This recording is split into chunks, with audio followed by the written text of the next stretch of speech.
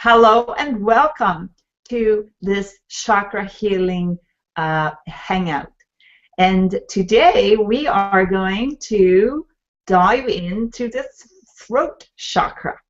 I am Margarita Crystal Lotus, and with me here I have my co-host Rosanna Martella.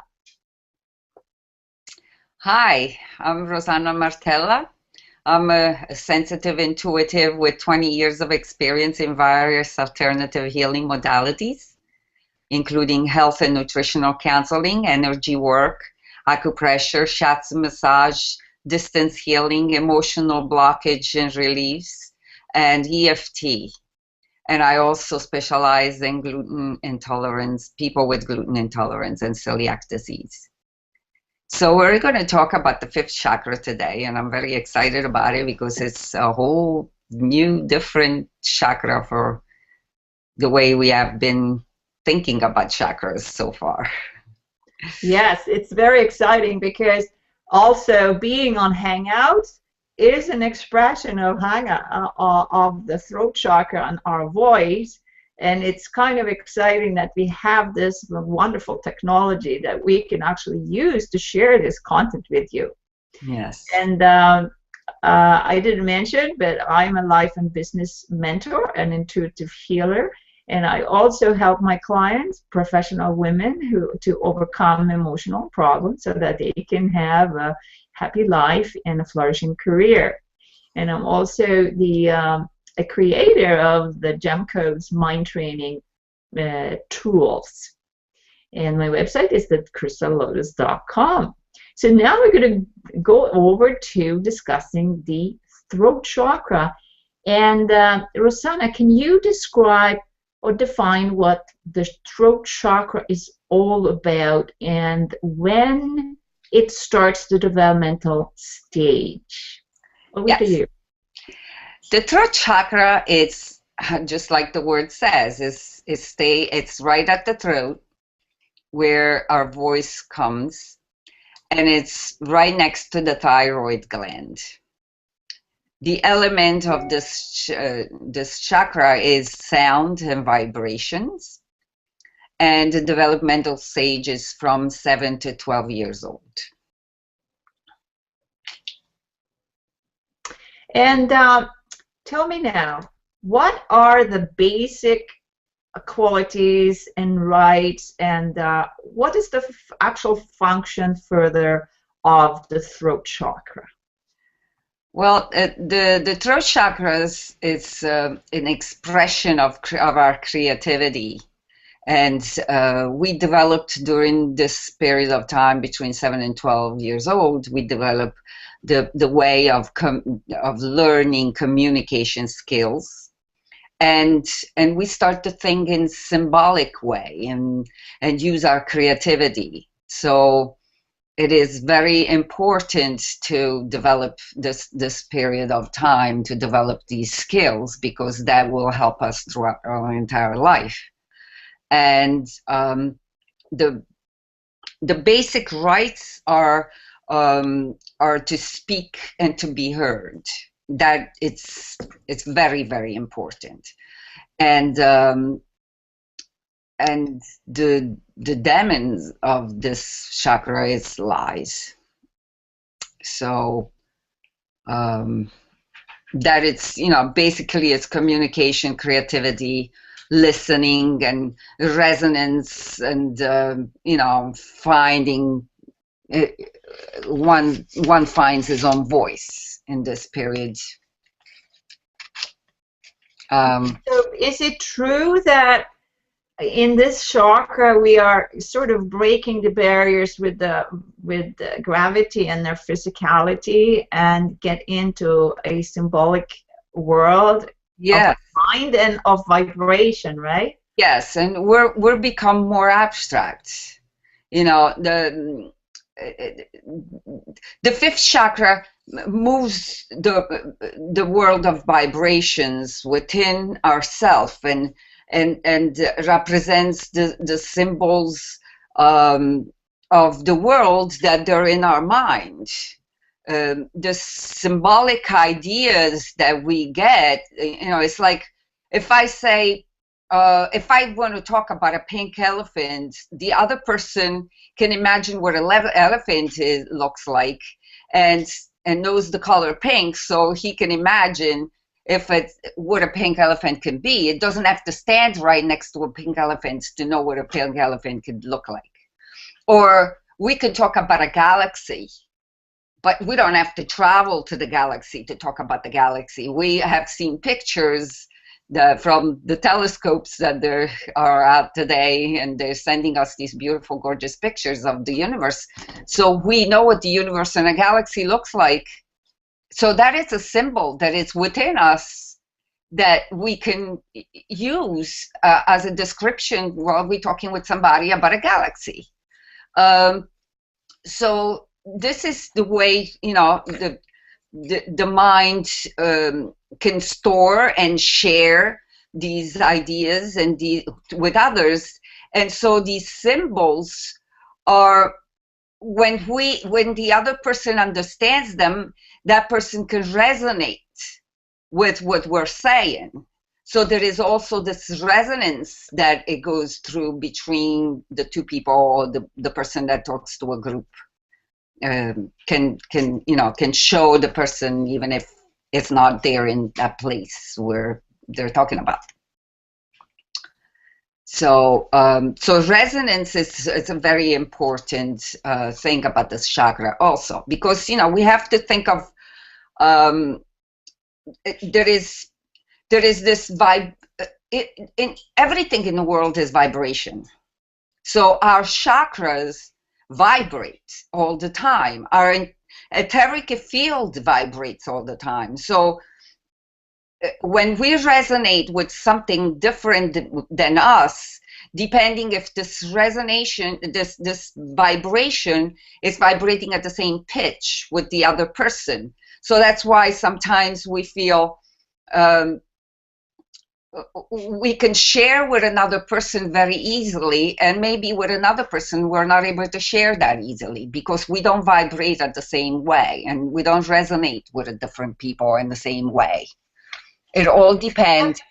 Let me clarify that a little bit more. Mm-hmm. Can you describe it in a sort of a different way so that we can really understand what the chakra actually do? I mean, if we talk about vibration, it's a very abstract, right? I know, that's why I said this is a very difficult thing to understand if a person is not used to use these terms in the abstract, because like two or more sounds, let's say, vibrate. Okay, a sound vibrates, pitches, and then goes down, and it goes up and down. It's almost like the electromagnetic design of a heartbeat, okay, or the waves of the ocean, okay. Everything in nature goes up in waves. So it gets up to a certain peak, then it's a valley, and it goes down to the lower peak, and then it goes up again. So then this type of vibration makes these waves. Now, if there is another person that has the same type of vibration, and it's also the difference between the peaks and between the valleys, okay? So that makes the resonation. If two people are resonating, means that their peaks and their valleys and their musical whatever, it's in tune with each other. Then it's like this, right? So they swim like two dolphins in the water, right? Exactly. Like so the two people resonate. That's why when you meet somebody and you feel like you know them for a long time, that's because that person resonates with your own vibrational field. But then there is other people that you don't resonate with, and you dislike as soon as you meet them. Why? Because of that. Because that you don't resonate at the same music. If we think about this as music, you emit a type of music, I emit a type of music, and so we resonate together, and that's why we're doing this series on chakras right now. But if it was a different person that did resonate with you, I wouldn't we wouldn't be here talking. Right. That it's one way of understanding it for somebody that has never heard about, this type of stuff. And, in a good, it's also, we could resonate with the universe around us, because in a good day, it seems like that every day, everything goes perfect. When we are in tune with the universe, everything we do that day, it's beautiful, it's wonderful, and nothing gets wrong. And then there are those days that no matter what we do, nothing goes right. So what that means, that I can resonate with that really a lot. Yeah, we're not resonating with whatever it is around us, with the vibration that the universe is bringing close to us. So that it's what it's, this type of thing. So the etheric body it interacts with the etheric body of other people when we're talking about 2 or 3 or... Okay, hold on here. So what is the etheric body? All right, the etheric body, well, we know what the chakras are now. There are these symbols, or these twirls of energy that they come out from our spinal cord, and they're in this the throat chakra, it comes out of here this way. Okay, so there is this big swirling wheel of energy, but each chakra has its own wheel of energy with its own colors and its own vibrations, and then the whole body has its own energy and vibration that all the chakras and the whole interior body is vibrating at. So that is the etheric field. And that etheric field, that aura, it's big. It's like, it could be 3, 4, 5, 6 feet wide, depending how much that person resonate and how much that person vibration field can take. And so this is the etheric body. This is the aura that a person has. Can I show a picture of that? I just happen to have it. Go ahead. Okay, so if we have the body here, then we have these different layers. Yes. And then another layer, different levels. Yes. And then all of those layers together. Right. It becomes our aura, right? Right, and each layer is connected to one of the chakras. Exactly, yes. Wasn't it good I had this picture here? Yes, it's cute. I like it. Yeah, but then you get, I also want to point out the heart is the biggest one, right? But we're at the throat chakra right now. Right, right. That's good. Beautiful. Yeah. So then this ethereal body, this aura, it's so big. So when we're standing next to another person, the two auras, the auras of the person that is speaking and the aura of the other person, they kind of get interlocked with each other. Yeah. Okay. So all of this it's important, because at this point, the two auras are almost like one. So if one person is negative and it has a lot of negativity with it, and the other person doesn't, the other, the person that doesn't have all that negativity, it feels already right away that negativity. If it's a person that is open and willing to understand these understands the subtle feelings. And now, hold on a second there, because I want to really understand what's happening there when two auras meet. Is it a communication between the people that you're talking about when they're in close proximity? Can even if they're not in close proximity and you talk with somebody, how does that work? Yes. How does that work? There is also that just by speaking, the way the voice is projected, that the other person can have feelings and vibrations about it. But what I'm talking about right now is just a person that is close to you, that you can feel. It's almost like if you're in an empty room, that room has some kind of feeling for you. And then another person walks in, and the room changes completely for you, because that other person is bringing in this other set of vibration that is personal to that person. So okay, I get it. So that when another person comes into my aura, let's say, it's very intimate, even though we're not touching, right? We're only in the same room, but still, yes, it's like our auras touching, and that's why sometimes when there is a very negative person, we just feel that. Or when we have a person that's just like, you know, like Mother Teresa standing beside her, or somebody like that, then we will feel completely different, right? exactly. That's exactly what I'm trying to say. And you know, there is these special cameras that they take pictures, you know, the Carolyn photography, that can show you what your aura is, and it also shows the colors of your auras, and that is it's a wonderful, beautiful thing to have done. And so the throat chakra is also communication. So it could be subtle communication, like we just have been saying till now. And then it can be communication through the voice. It's like the voice. It's this is the element of sound. So if a person is tight and it's not able to express itself much, and all depend from the lower chakra if the person is able to express, because whatever happened when we were children or trauma through the life, that can close up the chakras and the first, the second, or the third chakra. So that can change also the way the pitch of our voice is during the time of our adulthood or as we growing up.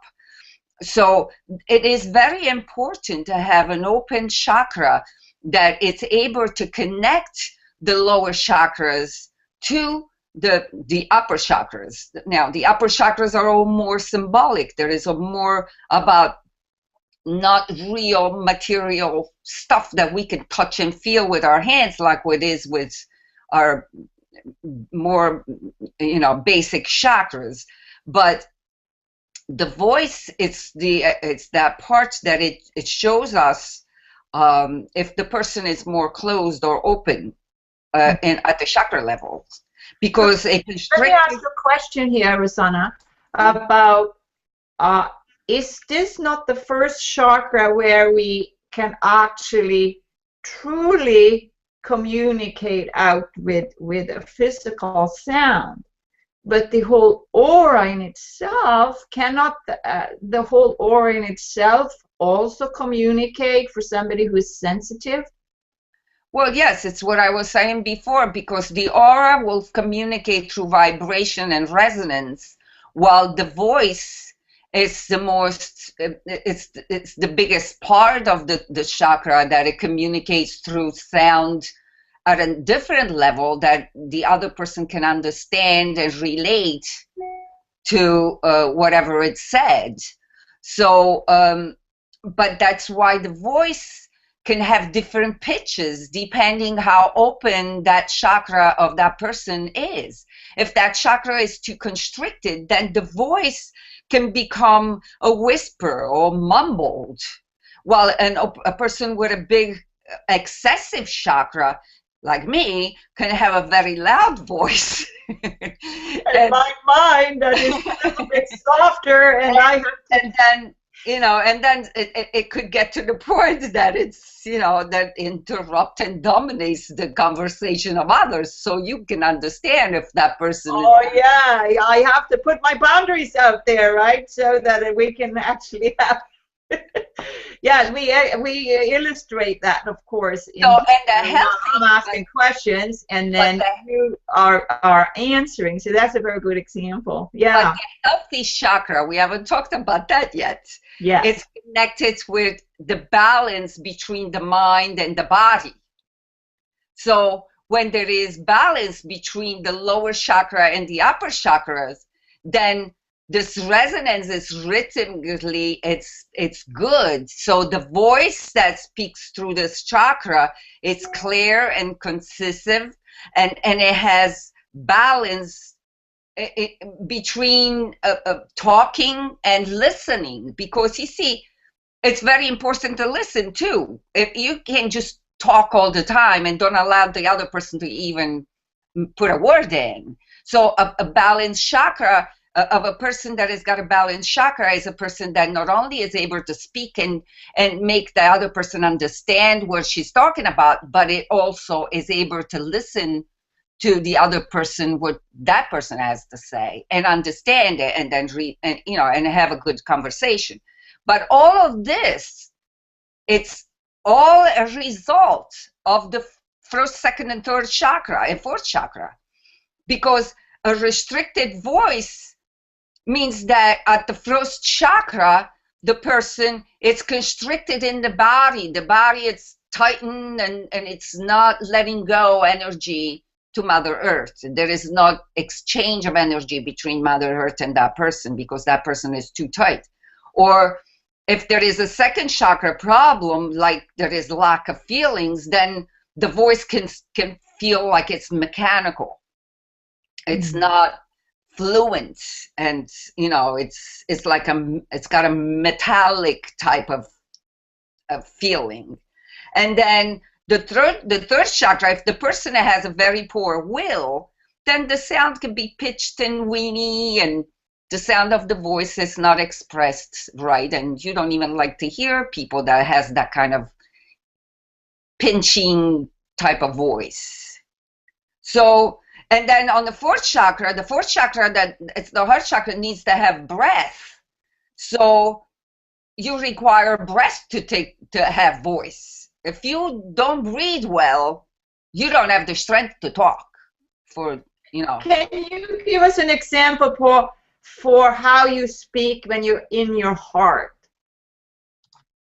Well, then it's, I don't know exactly what kind of example. Do you have an example? Well, I'm not sure, but I'll try. Because when I'm speaking, I feel my heart and I feel my throat. I try to speak from that point, that place.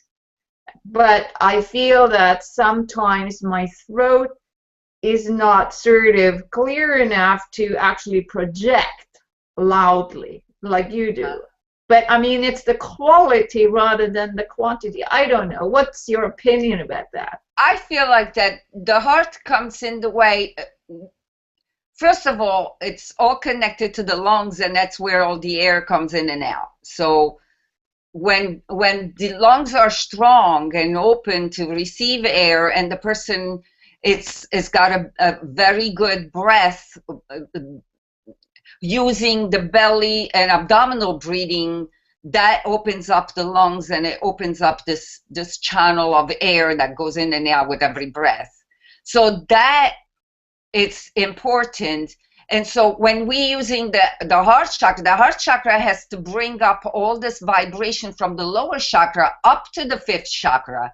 But if we're using the brain that it's in the heart, that brain brings love. If we can bring love with it, then the conversation can become very lovely, and the other person enjoys the conversation with you. Yeah.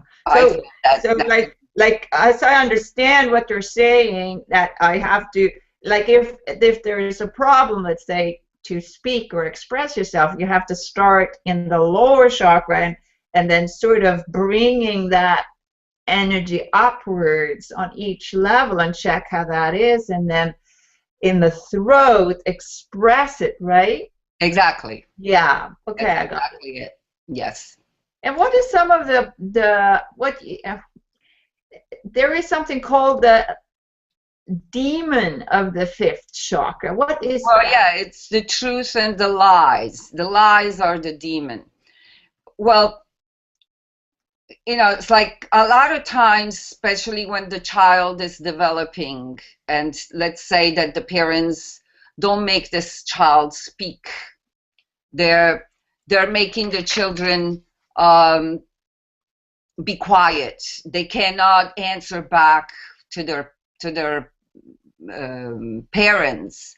This if there is fear united with this, you know, it makes the child wanted to just close up shop and don't even talk. And so there is negative experience attached to being able to speak in a child, that it was not able to respond and to have a conversation with the people that took care of him while he was growing up. And so if a person has a very strong ego and is able to express his truth, even in face of oppositions, the person, you know, it's able to speak his truth. But if it is a child that learned for so many times to be put down and not being allowed to talk when he wanted to talk, when he had the need to learn and to understand what was going on and around the world around him, then that it's a problem with. I guess we have somebody who wants to communicate with you now when we're talking about the throat chakra. How good is that illustrated there, eh? Right, but we just got rid of the telephone right now, so there is no more problem with that. Okay. So what I wanted to ask you also, in this truth and lies and the demons, you also mentioned something about creativity. Yes.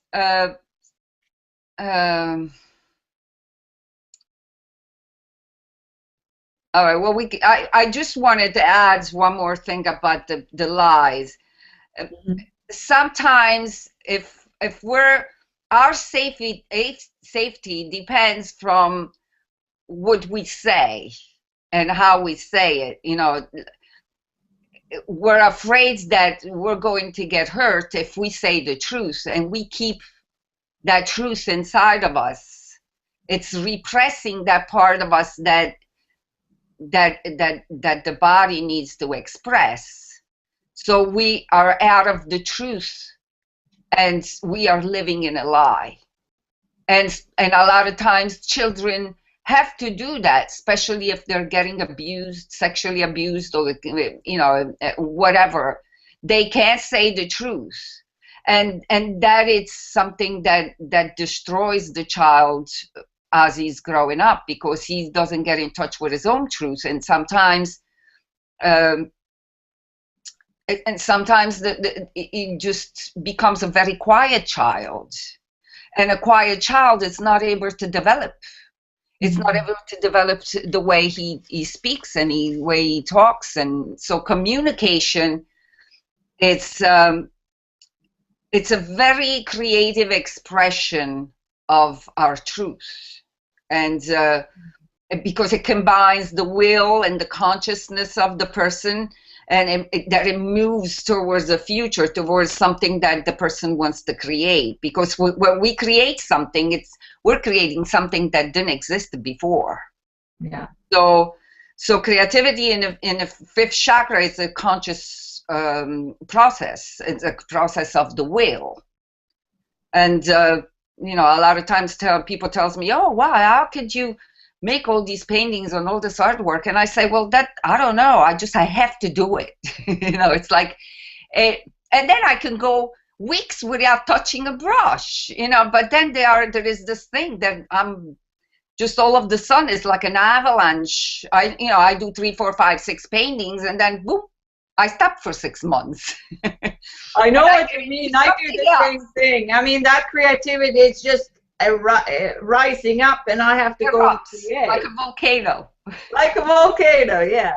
Yeah, and then just as it came, the eruption comes down and the volcano stops, and then I start doing something else creative that maybe it's not art, but it's art in another direction. You know, it's like in this case, I decided that I wanted to speak my truth about the chakras, and because there is so many people that don't understand this. Because everybody out there is more into the lower chakras. They're thinking about money and survival when there is more to it. There is so much more that has nothing to do with money and survival. It's just being alive. And that is what's it's needed to understand, that if when we get this creativity going, it doesn't matter what the government is going to do with our money. We're creating. They get their share anyway, right? We're creating a new life and a new future for the world. You know? I mean, the creativity, I think, is so important. I think this is an all well master remedy of being creative, because in every chakra you can have creativity, right? Yes, but that's what I wanted to say right now, is that this chakra has a different type of creativity than the second chakra.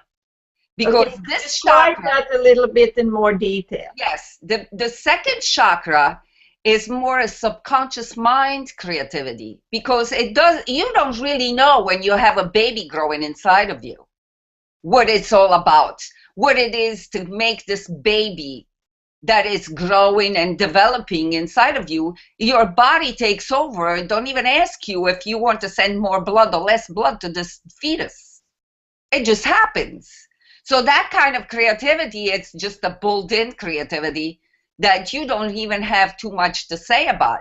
But the throat chakra creativity is a whole other thing. It's like it's what it puts the body and the mind together, and then you create from what you have learned throughout your life, and you put it all together, and then you express it to the world, to the outside. It's like a synchronization of both the physical and the non-physical, right? Yes, exactly. So I want to also ask you about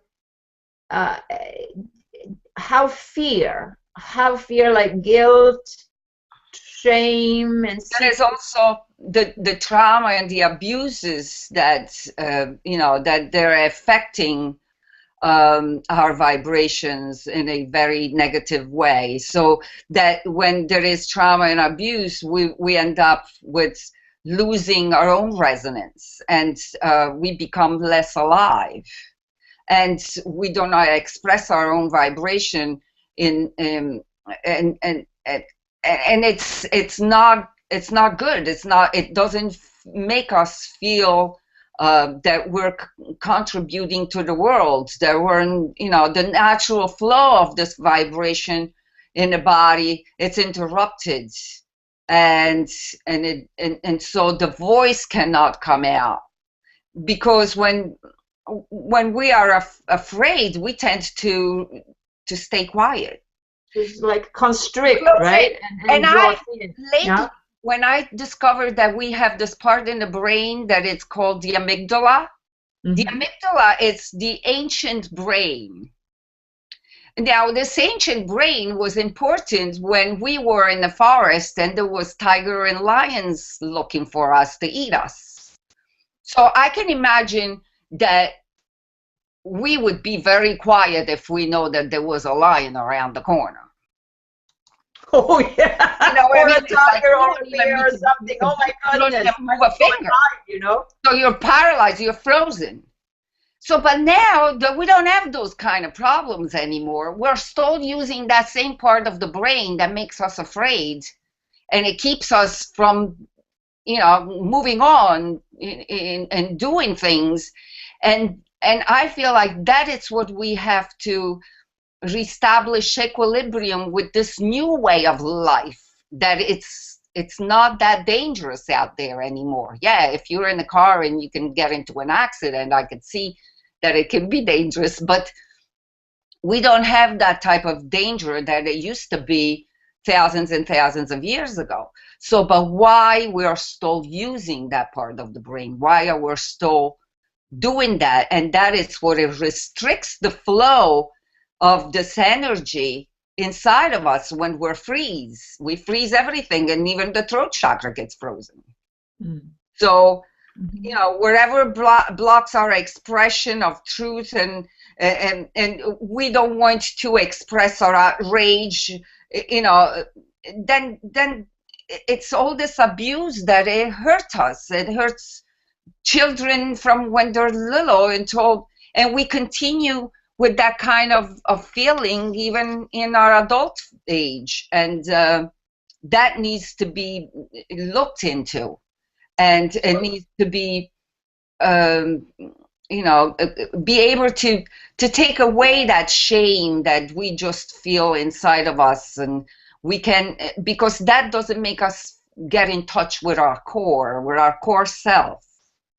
So you know, how do we begin to heal those things, the shame and traumas inside of the throat chakra in particular? well, there is a lot of different things that are involved in healing a throat chakra, because it's so connected to all the others chakras, and so it is important to start to heal the first three chakra, the first four chakra below, before we can even think about healing our throat chakra.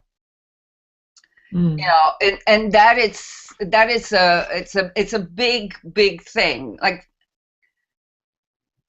we have also a critic that we build inside of us. When we feel ashamed, we feel like there's something wrong inside of us. We're wrong. So then we make this imaginary critic that speaks to us from inside, you know, and it's always telling us that we don't know what we're doing, that we're stupid, that people doesn't want to listen to us, and all of that kind of stuff that goes on inside of our minds. And this original critic that it was created to help us, to protect us in the beginning when we were real little and somebody was putting us down, and we knew that they were putting us down and we didn't want to be put down. So then there was this little voice inside of us that was helping us to understand what was going on. All of the sudden, this critic took so much power inside of us that even as growing ups, we have always this dialogue with us and this thing that tells us that we're not perfect, we don't have what it takes, or we're, and so then we become trapped and we don't express ourselves in some occasions, because we are afraid that we're going to look bad, that we're going to have people that will put us down. And so this voice inside of us needs to be quiet, and the only way I think that it needs to be that we should do is to get another opinion on the topic that we're afraid that it's not going to be good. Sometimes just talking with a friend that we care for about things that they're so, you know, so intimate inside of us. But that helps us to quiet the critic. So you mean that this is the stream of self-talking, the thoughts that comes up from our subconscious? If we can still those thoughts and this voice, but depending on which persona that's talking to us. But yes, but that all starts with the fact that as children, we are not allowed to talk back. Right. I understand because that. You know, our parents says, no, you got to shut up. I have a story about this, personal story. Yeah. I did some EFT work about 10 years ago. I started. And I got to do this thing, and I was doing it so methodically every day because I wanted to find out what the heck was going on with me, why I couldn't get myself together in certain ways. And so I started doing this EFT that Margaret Lynch does online, that it makes you go back to when you were 5, 6 years old, within your family house, you know, and to see how the interaction was between you and your parents. And as you're doing the EFT, which is the tapping methods that it makes you touch certain points of your body that it access the subconscious mind, you know. All of the sudden, after a few days I was doing this particular protocol, I remembered something that it was horrifying to me. I was probably 5.5, 6 years old, and I was offended. My emotions were really, really hurt. And I was crying, and I was trying to tell my mother why I was so hurt. And my mother told me, shut up, you can't talk. You have to stay quiet and don't cry. I remembered at 50 years old how that ball of energy that it was in my mouth ready to come out, I had to swallow it. It hurt me when it passed through my throat. When this happened at 50, I started screaming, hollering, and saying dirty words to my mother like I've never even imagined I was able to do, ever. I cried and screamed for a whole hour to the point that I was scared. I wasn't letting go. This was like a tremendous drama that went on by myself in my studio, screaming and hollering out of the top of my lungs, crying like a fountain. I finally let go of that deep, deep, deep pain and agony that I had swallowed when I was about 6 years old. Wow. I mean, this is needed to be heard, right? And I think everybody has some kind of thing like that going on. I completely forgot about this whole story. Right? Until this was so vivid back in my mind that it was like an avalanche that just took over me and vomited all this crap that had accumulated on top of this horrible things that was done to me.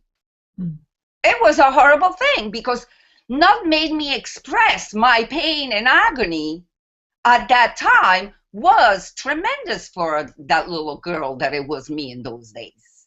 And I carried all that pain all these years. Your voice now, Rosanna. When I listen to your voice now, I can hear the sort of emotion in your voice. It's like very, very powerful, and then it's like it's sort of a pitch up, and then very urgent. Yes, it wasn't like a grounded thing. So you illustrate that very well. Thank you. It's amazing. It's amazing how that whole thing came out. And you know, I have to say something on top of that, because that night I dreamed my mother. She came in my living room and she called me and she asked me what happened. And I said to her, nothing, Mom, it's not important anymore. That was my dream. And I remember my mystic priest, he used to say that when a dead person comes to you in a dream, it's because that person wants to contact you. So I knew that my mother had witnessed all that screaming and crying, and she didn't know what it was because I was just pouring out crap. You know, and I guess she witnessed that somehow, somewhere on the other side, wherever she is, and she came to find out because she was one of those people that had to know everything. So she found out. Yeah, I mean, I've noticed something like that too. I think about a person and then they call, or I have an experience similar to yours, and the next thing you know, they're on the phone again. You know, like there is this etheric body connections all over the planet. But you see, our thoughts move faster than light, the speed of light. That's what happens. We don't realize that. That's why when we can do healing at distance, because our thoughts, it's where we focus on, that moves faster than the speed of light. I've heard that sometimes that the thoughts have no speed at all, but they exist everywhere. Well, I never heard of that one, like that said. Because it's like on a different dimension. I mean, we have the 3 dimensions in the space, right, and then time. But if you're above the level of time, and which the mental functioning is on a higher level, then everything exists in the same room at the same time. And somebody can pick up what's happening in that same space if there's a connection between the two people. I don't know if that makes sense. Let's continue on a little bit now. Now, there is also the problem with secrets. You know, when children are burdened by these secrets that the growing up says, oh, you can't tell this to anybody. That hurts the child, because the child wants to speak the truth all the time. And by saying you're not allowed to say this, or if it's sexually abused, they tell, I'll kill you if you say this to anybody. So that child has to clam up and close up shop. That child doesn't speak, but then it becomes a very, very quiet child. And that is not good. And that's what happened to me. I became extremely quiet when I was little, because I was not allowed to speak my truth at that moment that my mother told me that I had to stay quiet. So to use communication, to learn communication is very important, to learn it at an early age. So the child has to inquire, has to make mistakes, and that's why it needs to talk with the parents or or whoever it is with him, and have these ideas and these talks, that so that he develops this upper chakra. And so he can learn. But, you know, like, another one of these big secrets is sexuality. You know, I remember when I was growing up, you couldn't talk about sex in my household. That was a taboo. You cannot talk about sex. And so it's a forbidden subject. So what do? You're never allowed to express yourself and to try to understand what the heck sex is if you're, 16 years old and you're trying to explore this subject. So you end up talking to your friends, which know just as much as you do, nothing, And so you get all this contorted idea what sex is, instead of being open to conversation with people older than you that have the straight mind to tell you what it's all about. And so that's why we end up with all these teenagers, girls, they end up getting pregnant. They have no clue what's going on. So that it's another very important problem that is created in people's lives, because their parents are afraid to talk. But it's because the way they grew up, our parents, it was like that. So they just continued this circle of not talking about sex, when sex is a natural thing of life. It's something that everybody does at one time or another, It's something that Rosanna, we have closings to the end of our episode. So would you like to summarize what the throat chakra is about and what somebody can do to help themselves to heal it? There is also children that are yelled and screamed, and there is also neglect that it can be done to a child by not talking to him about all these things and all the things that the child wants to talk about, because the parents are too busy and going on their own ways. And so the chakra can be excessive or deficient. And I said before, when it's excessive, the person is too talkative. It wants to always be in the center of the attention and has all this incredible amount of energy that wants to explain to others. And then when it's defective, it's the opposite. There is not enough force into the voice, and the person is like whispering, is muffling. And so all of those things that they're making the person not communicative. So how we fix this? And then there is the balanced person that that is able to speak and listen and allows others to put their own input into the conversation, and they're able to do that because their basic chakras are more balanced to begin with. But to heal the fifth chakra, it involves a variety of levels of stuff that it has to, it is physical and is mental. So there is a lot of going on to heal the chakra. And so first we have to eliminate the sound pollution that there is around us and be able to be quiet and to listen to our own interior, to what it is that it's inside of us that needs to be spoken out. And then one good thing is to do chanting, to do singing, because that brings out the voice. So and then learn to be good at communicating with others, have communication skills, socializing with people, and so talking to people is very good because that helps us to be more communicative. Exercising, and what we said with the second chakra, a lot of movements that moves all the energy in all the chakras. So if there is some blockages in the throat chakra, helps to move that out. And then we have to understand that when we're too tense, we tend to tighten up. Our muscles get tense, and a lot of the time it's like our neck tenses up and our upper shoulders up here tense up. That it's something that has to be eliminated. So do things, have massages done, because massage will relax all the muscles of your body. So, you know, every couple times a month, a person should have a massage, even if American people have no idea what massage is. But massage is not onky-panky thing.